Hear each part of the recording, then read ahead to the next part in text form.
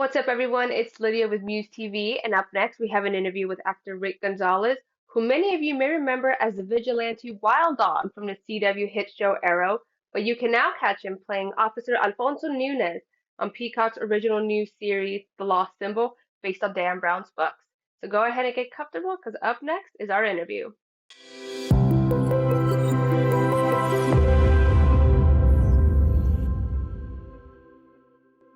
Just finished watching last night's new episode.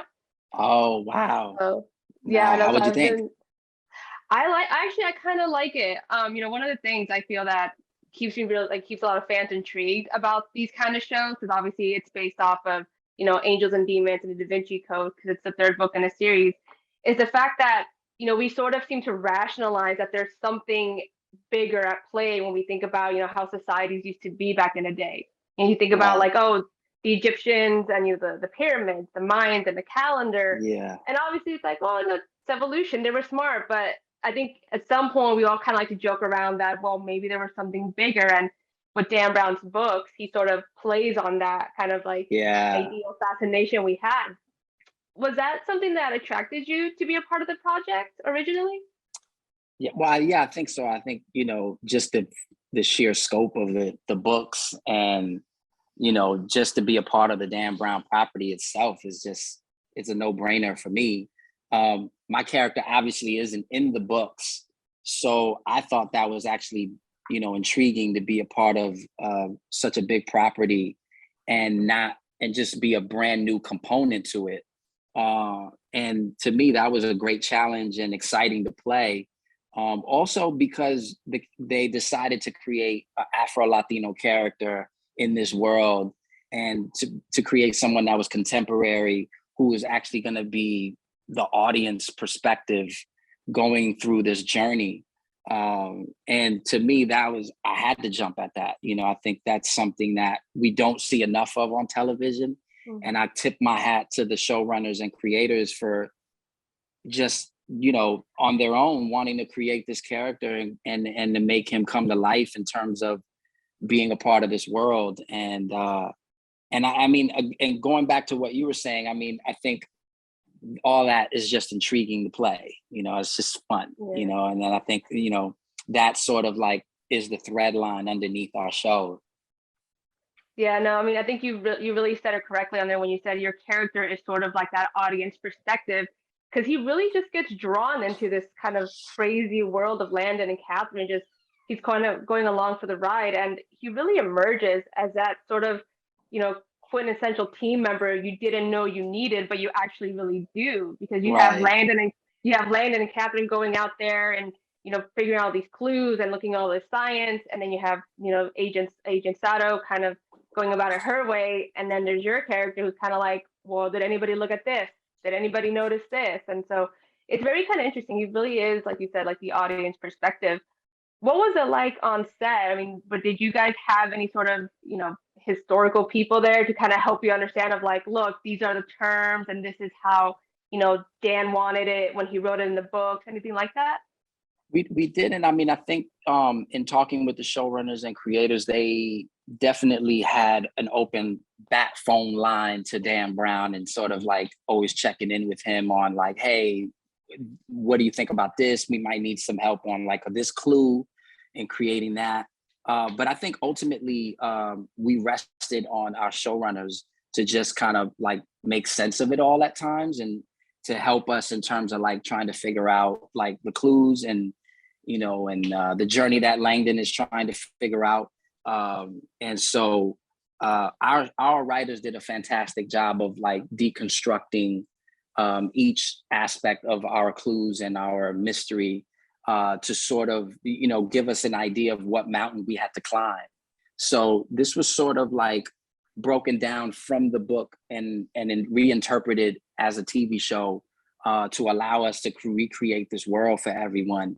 And if we ever needed the help, if we ever needed that, Dan Brown was always available. He was always so helpful and just so supportive of us. And I mean, he's so awesome. Yeah, no, it's definitely great. And I think the way you guys go about it, because it's not easy when you take a book and adapting it to film, and now you're doing it into a TV show where you kind of have to be a little more meticulous, and people want those sort of small transitions and things that you think you can forego in a film because of time constraints. Here, you don't have that because you can go week by week, episode by episode. Right. When you were getting the script, were you ever kind of taken aback as like, oh, this is different from the book, or this is not what I was expecting? Did you have a lot of surprises coming at you your way? Yeah, I mean, I think, you know, I knew that we were going to do things a little bit different than the book. And so I knew going into it, we weren't going to really follow the book as much. And there were going to be a lot of changes to it. And obviously my character's not in the story. So, my entire journey was going to sort of be created out of thin air. And also having to mesh with these characters that do exist in the book, and how we're going to recreate the entire world along with my character. I just knew we were going to create something brand new. So walking into it, we had this already understood, like, we're going to be different about our approach for this, because like you said, our Lost Symbol is actually the third book. So we decided to take that and create it as the prequel to the adventure and basically all the other books and stories that he's created. So just taking that idea and just kind of like flipping it and starting from the beginning with that information.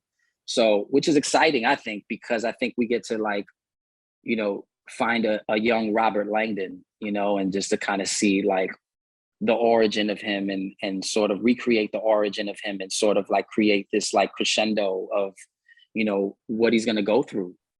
Mm-hmm.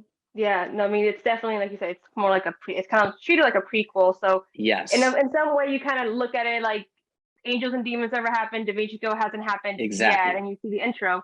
So then in terms of your character, how do you create this new character from the ground up? Because even though it's treated like a prequel, everyone else, they have some sort of foundation to kind of begin and go off of.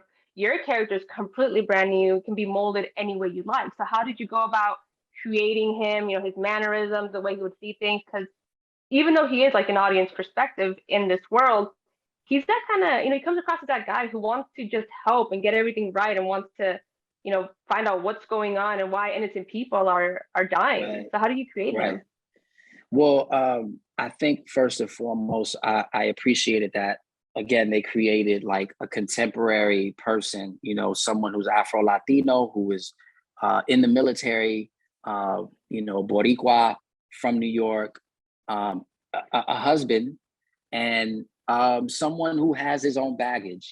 Alfonso does have demons that he's fighting with. And I think the interesting thing about playing the character was this idea that what he was going through, sort of being a part of this extraordinary world, is forcing him to sort of like face these demons and face this thing inside of him that he may have pushed aside, swept under the rug. And I think the irony of life for Alfonso Nunez was finding himself in this predicament and facing these obstacles.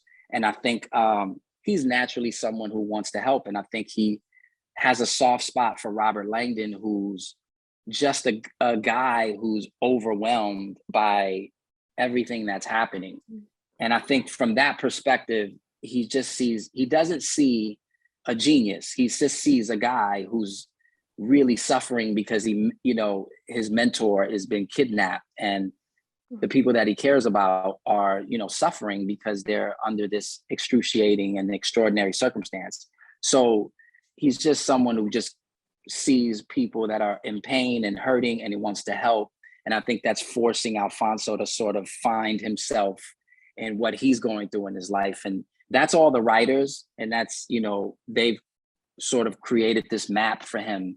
And I just came along and just started to like find things to kind of have fun with him. And I just tip my hat to them, because, Alfonso is such a fun guy to play, because he finds humor in the dark moments, which is, I thought, kind of cool, and sort of creates this energy with Robert Langdon that I think is fun to watch.